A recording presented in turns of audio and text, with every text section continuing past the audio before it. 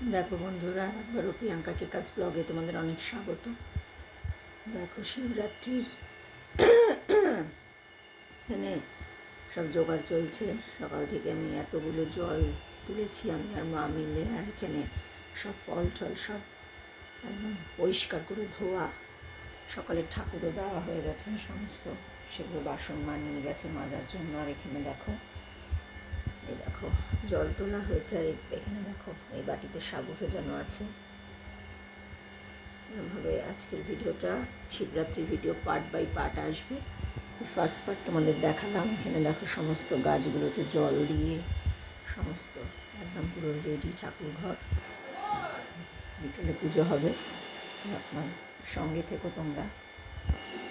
আর চ্যানেলটাকে অনেক সাবস্ক্রাইব করো। তোমরা কে কীভাবে শিবরাত্রির আয়োজন করছো অবশ্যই জানিও কমেন্টে। পরের ভিডিও দেখা হচ্ছে, ততক্ষণের জন্য টাটা। সবাই ভালো থাকো, সুস্থ থাকো।